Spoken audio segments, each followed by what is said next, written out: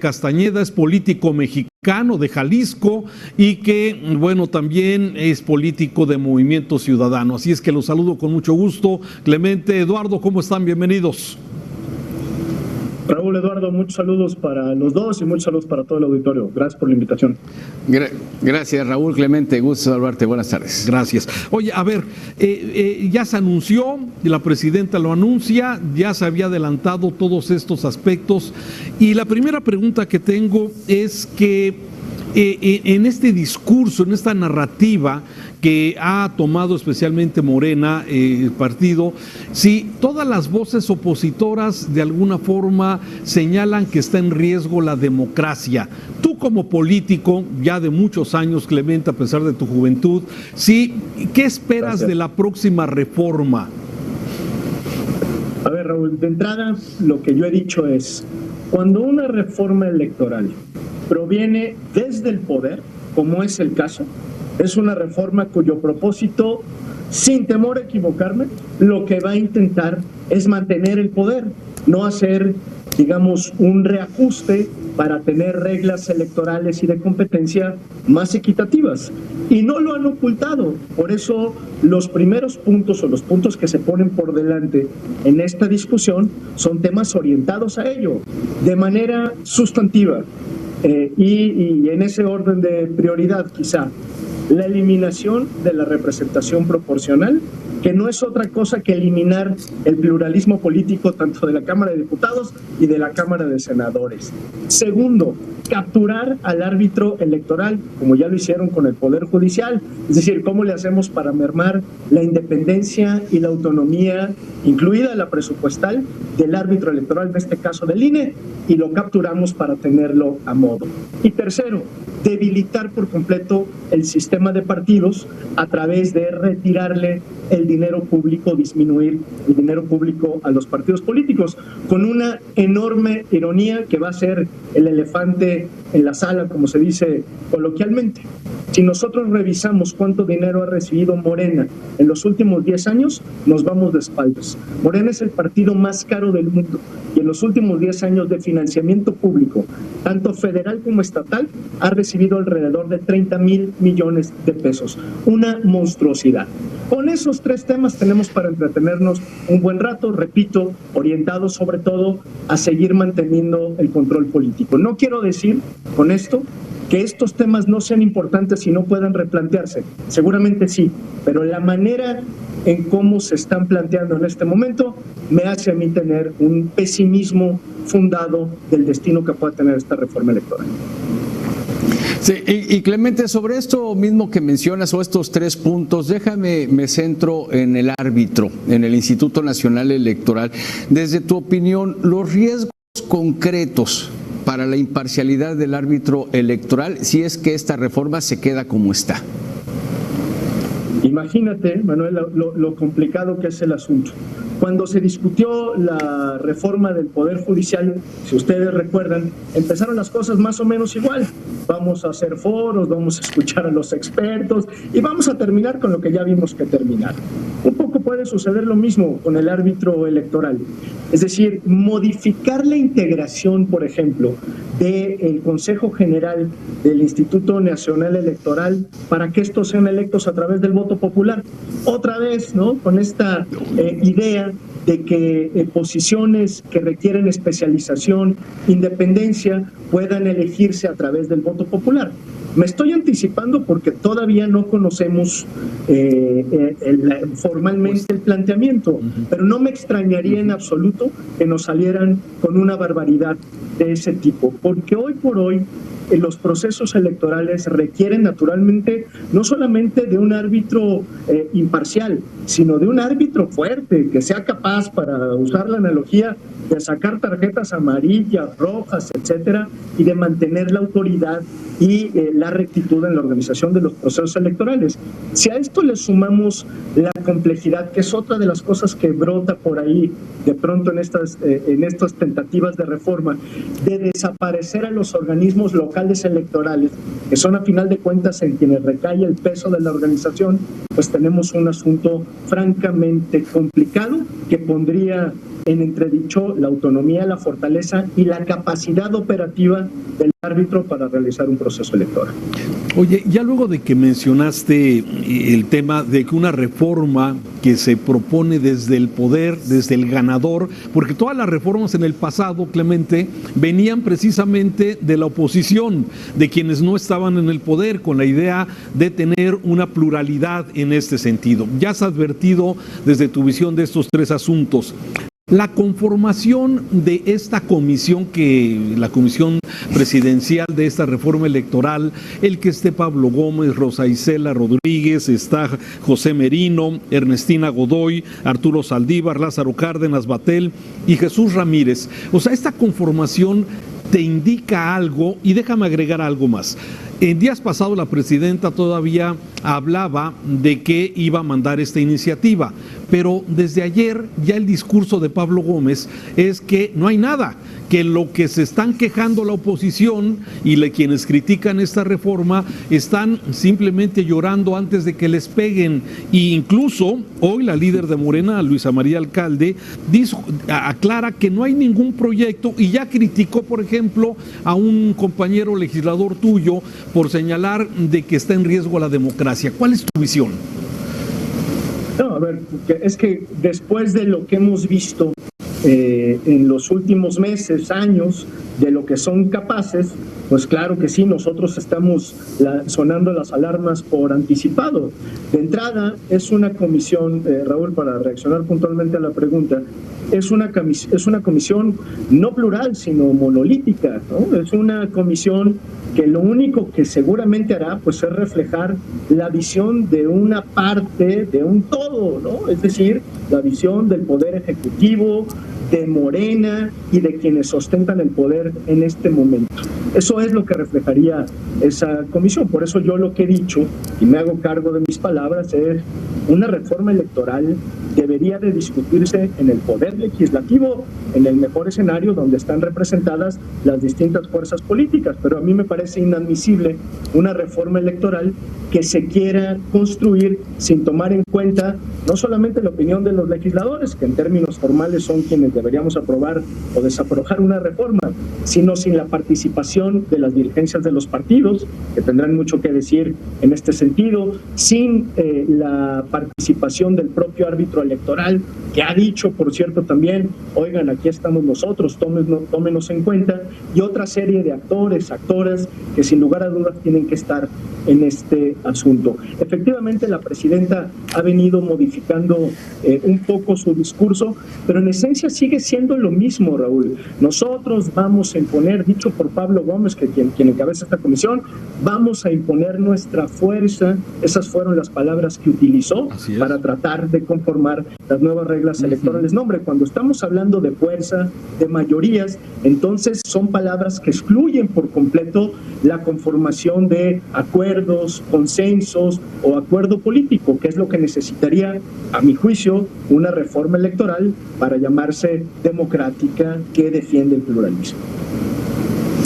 Bien, Clemente, y sobre esto quiero centrar mi siguiente pregunta, porque parece ser o pareciera ser que en ambas cámaras, tanto en la Cámara de Diputados como en la Cámara de Senadores, las voces de la oposición se diluyen por completo. Es decir, pudiesen llegar a ser escuchadas única y exclusivamente por los micrófonos. Tenemos un presidente del Senado que abre el micrófono para callar voces o para mostrarse como él se mostraba hace muchos años, Fernández Noroña. Pero también veo a una oposición, Clemente, que no ha sabido, no sé si argumentar de manera correcta para que la población, el ciudadano de a pie, pues pueda entender y comprender todo esto, porque dicho sea de paso, si tú le presentas al ciudadano una reforma que le vas a decir, le voy a quitar dinero a los partidos políticos y te voy a quitar la representación porque son muchos, pues eso es carnita, déjame expresarlo así, para la población, para la que vota en cada proceso electoral. Sí, a ver, los estamos acusando de autocráticos, los estamos acusando de cerrazón, pero no de tontos no tienen un pelo. Lo que han hecho durante todo este tiempo es engañarnos con la verdad, como diría un clásico. Pues por supuesto que son temas, yo mismo lo acepto, que son temas que deben de tener un matiz. y acepto el reto de tratar de ser mucho más didácticos a la hora de la argumentación. Simplemente diría, para abrir boca, porque además no vamos a tener tiempo suficiente, pero el tema de los plurinominales. Yo me atrevería a recordar, ¿de dónde vino esa propuesta la última vez? Vino del PRI. El presidente Peña, justo jugando para la tribuna, dijo, vamos a eliminar los plurinominales. Lo que hay que explicarle a la gente de muchas maneras es, eliminar los plurinominales es tener una voz monolítica en la Cámara de Diputados y en la Cámara de Senadores. Es eliminar a las oposiciones que muchas veces llegan a partir de la representación proporcional. Y también hay que explicarle a la población que hay muchos sistemas en el mundo que tienen representación proporcional. Digamos, hay un falso debate entre si en la representación proporcional son votados o no son votados. Pues claro que son votados. Simple y sencillamente es un mecanismo de acceso al poder distinto al de una elección de mayoría. Eso por un lado. Y por otro lado, por supuesto que cortarle, disminuir el gasto tanto en elecciones como en los partidos políticos es un clamor popular. Hay que hacerlo. Los cómo es, me parece, dónde está la trampa del asunto. Porque el día de hoy, quitar el financiamiento público, dinero público, para que los partidos políticos sobrevivan, es abrirle la puerta al crimen organizado, por ejemplo, para que entonces se esté financiando procesos electorales, candidaturas, etcétera, etcétera. ¿Y qué es lo que está ocurriendo en el país? Lo estamos viendo. El crimen organizado avanza a paso veloz tratando de intervenir en muchas de las esferas del Estado mexicano. Nosotros necesitamos explicarle a la población cuáles son los riesgos de irnos con la finta de desaparecer el pluralismo o de disminuir el dinero público para privilegiar el privado en la arena política. Son riesgos enormes que nosotros no podemos permitir, pero repito, acepto el riesgo de ser mucho más didáctico en la explicación. Oye, a ver, y déjame preguntarte, toda esta reforma que se puede proponer necesita de una mayoría, Clemente.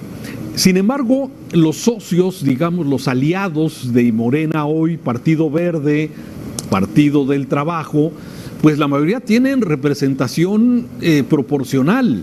Y además, pues recursos, prerrogativas que tienen. Aquí la pregunta, tú que estás en medio de este mundo de la política y de los legisladores, ¿sí estarían dispuestos a hacer ese sacrificio estos partidos de alguna forma para darle la mayoría que requiere Morena calificado para que pase una reforma con esto que ya mencionaste, el tema de la desaparición de los de representación proporcional, menos dinero para los partidos políticos, para ellos mismos, menos dinero para el INE? O sea, ¿lo ves posible o de qué elementos pueden echar mano para de alguna forma lograr esa mayoría? A ver, yo creo que si la presidenta ha venido modificando su discurso, también es producto de las reacciones internas que tiene. No me toca a mí ser vocero ni de las corrientes de Morena, que por cierto son muchas, ni del Verde, ni del PT, pero naturalmente que muchos de ellos verían afectados sus propios intereses, más allá de la manera en la que se discutan todos estos temas. Pero yo no veo al Partido Verde, al Partido del Trabajo, cediendo fácilmente en una reforma que efectivamente debilita el sistema de partidos y debilita algunos partidos de manera muy particular, como es el caso del PT y del Verde. Y tampoco hay que ocultar que al interior de Morena ha habido distintas voces que han planteado que los términos en los que se ha empezado esta discusión no son los correctos. ¿Por qué? Porque hasta, hay que decirlo, pues también en Morena queda uno que otro congruente, de Raúl Manuel, alguien que dice, es inexplicable la historia de este país sin entender la representación proporcional. Pero déjenme ponerlo en estos términos. No hay democracia posible si no hay respeto y representación de las minorías, llámense como se llamen. Pensar que la democracia se trata solamente de la regla de la mayoría es una visión ampliamente superada en el mundo. Hombre, no es posible transitar a un régimen efectivamente democrático si no tomamos en cuenta que hay pluralismo, y que hay minorías. Y una reforma electoral que no pretende fortalecer eso es una reforma electoral que en todo caso plantea el sentido inverso, la visión monolítica y de la dictadura de las mayorías, para decirlo con todas sus letras. En dado caso, Clemente, que la reforma, cualquiera que ésta la presenten, pero como lo hemos estado platicando, pase sin cambiarle una sola coma, aprovechando esa mayoría legislativa que tiene el grupo en el poder, ¿hasta dónde tendrá que llegar la oposición y siendo pues igualmente un poco más creativos? Porque las marchas en el pasado no funcionaron, dijeron no toquen al INE y el INE ya fue tocado. Las marchas a favor de Norma Piña y del Poder Judicial pues tampoco hicieron mella, y ahí tenemos los resultados en la reforma electoral y quienes van a comprender ahora la Suprema Corte de Justicia de la Nación. ¿Qué va a hacer la oposición en caso de que pase sin moverle una sola coma en la reforma? Tienes razón, Eduardo, la pregunta es pertinente. Yo creo que las fuerzas políticas tenemos que estar listas y resueltas, no solamente para dar la batalla legislativa, sino una batalla que quizá deba de trasladarse a las calles. Al final de cuentas, Eduardo, Raúl y el público que nos ve, el sistema electoral mexicano es producto de muchos años de historia, de muchas luchas sociales, incluidas luchas de la izquierda, de la derecha, de la sociedad civil, de las personas sin partido, de los medios de comunicación, que hemos creado un sistema más o menos democrático, que por supuesto es perfectible, pero con reglas que nos han permitido dirimir nuestras disputas electorales de una manera pacífica. Parte de la estabilidad que hoy tiene nuestro país se debe también al propio sistema electoral. ¿Por qué digo esto? Porque eso es un activo de todas y de todos. No es un asunto exclusivo de los partidos políticos. Es algo en donde está de por medio la estabilidad social, no solo la política del país, y por eso debemos todas y todos participar, inmiscuirnos, dar nuestra opinión. Creo yo, en resumidas cuentas, que es algo que nos compete a todas y a todos, y en donde nos vamos a jugar el futuro político y el futuro social de México. Sí, porque a veces pareciera como que es solamente un tema de los políticos o del círculo rojo, pero todas las implicaciones, como bien decía Eduardo Clemente, me parece que la sociedad como que no nos ha caído el 20 de todas las implicaciones que tiene esto para la vida democrática de este país. Clemente Castañeda, muchas gracias por tomar y participar en este tema sobre la mesa. Un saludo, muchas gracias. Y Eduardo Manzanares, muchas gracias.